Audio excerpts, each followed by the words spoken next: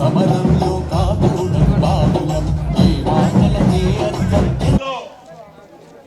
ఎంతో గొప్ప పథకం. ఇలాంటి పథకం ప్రపంచంలో కూడా ఎవరు ఇంతవరకు ప్రారంభించలేదు, అమలు కూడా చేయలేదు.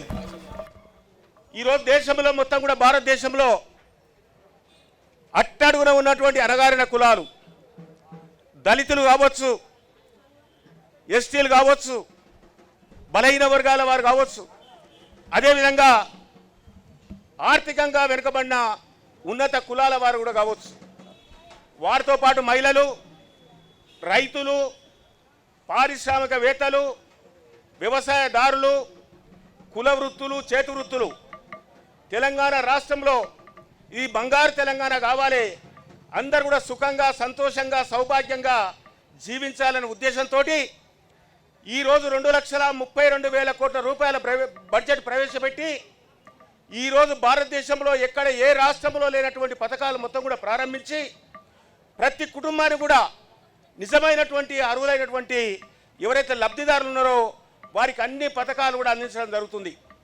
ఇప్పటికే 50,000 కోట్ల రూపాయలతోటి ప్రతి సంవత్సరం కూడా మనం పేద ప్రజలకు కులాలతో నిమిత్తం లేకుండా, మతాలతో నిమిత్తం లేకుండా ఎవరికైతే తెల్ల రేషన్ కార్డు ఉందో ఆ రేషన్ కార్డు ఉన్నటువంటి వారికి మొత్తం కూడా ఈరోజు ప్రభుత్వ పథకాలు అందించాలి. ఈ విధంగా 7 సంవత్సరాల నుంచి సంవత్సరానికి 50,000 కోట్ల రూపాయలు అందించడం జరుగుతుంది. దానికి అదనంగా ఈరోజు తెలంగాణలో ఉన్నటువంటి దళితులు అంటే ఎస్సీ వర్గాల వారు, ఎస్సీలో కూడా 59 ఉపజాతులు ఉన్నాయి. దాంతోపాటు ఎస్టీలలో గోండులు ఉన్నారు, చెంచులు ఉన్నారు, ఎరకలు ఉన్నారు, లంబాడి సోదరులు ఉన్నారు.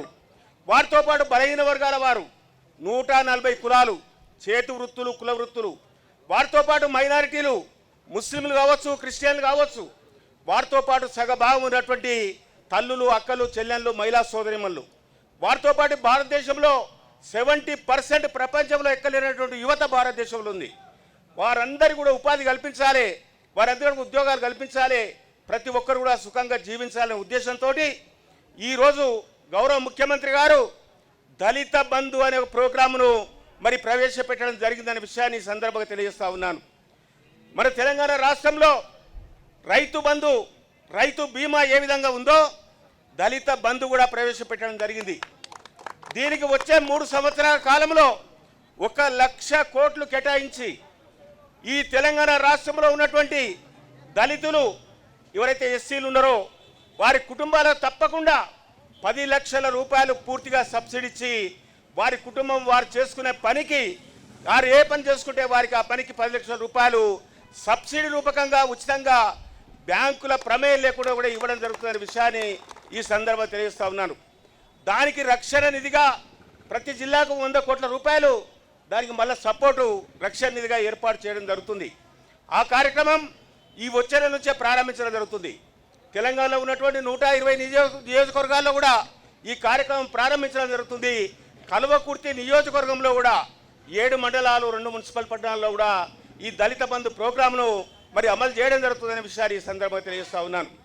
ఇలా ఎస్సీల కొరకు 20,000 కోట్ల రూపాయలు ఎస్సీ సప్లాన్ ఏర్పాటు చేయడం జరిగింది. ఎస్టీల కొరకు, లంబాడి సోదరుల కొరకు, గోండులకు, ఆదివాసీలకు, అదే ట్రైబల్స్కు 18,000 కోట్ల రూపాయలు ఏర్పాటు చేయడం జరిగింది. బలహీన వర్గాల వారికి కూడా 30,000 కోట్ల రూపాయలు ఏర్పాటు చేయడం జరిగింది. మైనార్టీ సోదరులకు, ముస్లిం మైనార్టీ సోదరులకు 1,200 కోట్ల రూపాయలతోటి ఉప ప్రణాళిక ప్రారంభించడం జరుగుతుందనే విషయాన్ని సందర్భంగా తెలియజేస్తా ఉన్నాను. ఇప్పటికే తెలంగాణ ప్రభుత్వం mission Bhagiratha, mission Kakatiya, pending ప్రాజెక్టులు, కృష్ణా గోదావరి నదులపైన కాలువలు ఏర్పాటు చేసి ప్రతి ఎకరా కూడా సాగునీరు అందించి తెలంగాణ సస్యశ్యామలం కావాలి, నా తెలంగాణ కోటి రతనాల విలగార కావాలని చెప్పి మన గౌరవ ముఖ్యమంత్రి గారు ఏదైతే కలలు కన్నారో అవన్నీ కూడా అమలు చేయడం జరుగుతుందనే విషయాన్ని మీకు అందరూ కూడా తెలియజేస్తా ఉన్నాను. మనమందరం కూడా ఈ పథకాల సద్వినియోగం చేసుకోవాలి. ప్రతి కుటుంబం ఆర్థికంగా, రాజకీయంగా, విద్యాపరంగా, ఉద్యోగపరంగా, వ్యవసాయకంగా, పారిశ్రామికంగా, కుల వృత్తులు, చేతి వృత్తులు అందరూ కూడా మంచిగా చేసుకొని సుఖంగా, సంతోషంగా పిల్లా పాపలతోటి, తల్లిదండ్రులతోటి వారి పిల్లలను చదివించుకొని ఆ కుటుంబం కూడా అందరితో సమానంగా సమాన స్థాయికి వచ్చే విధంగా టీఆర్ఎస్ ప్రభుత్వం కేసీఆర్ బతుకున్నంత కాలం తప్పకుండా ఈ తెలంగాణ రాష్ట్రాన్ని అన్ని రంగాల్లో అభివృద్ధి చేసి బంగారు తెలంగాణ చేయడంలో మీరందరూ కూడా భాగస్వాములు కావాలని చెప్పి ఈ కడతాల్లో మంచి కార్యక్రమం ఏర్పాటు చేసినటువంటి మా టీఆర్ఎస్ పార్టీ నాయకులకు ప్రజాప్రతినిధులకు సహకరించినటువంటి ప్రజలందరూ కూడా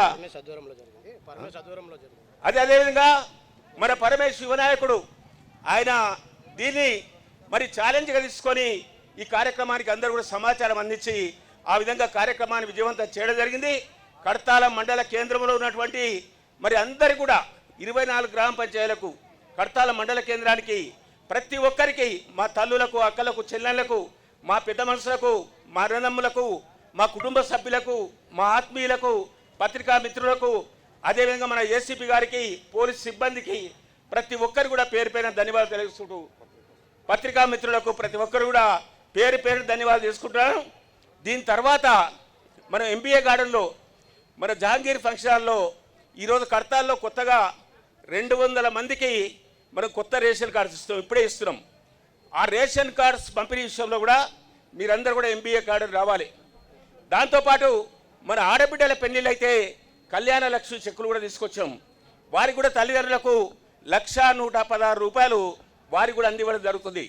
దయచేసి ఆ కార్యక్రమాలకు మీరందరూ వచ్చి వాటిని కూడా విజయవంతం చేయాలని చెప్పి మీ ఎమ్మెల్యేగా మీకు అందరూ కూడా నమస్కారం తెలియజేసుకుంటూ జై తెలంగాణ, జై తెలంగాణ, జై కేసీఆర్, కేసీఆర్ నాయకత్వం, జయ బాలన్న గారి నాయకత్వం, జయ బాలన్న గారి నాయకత్వం.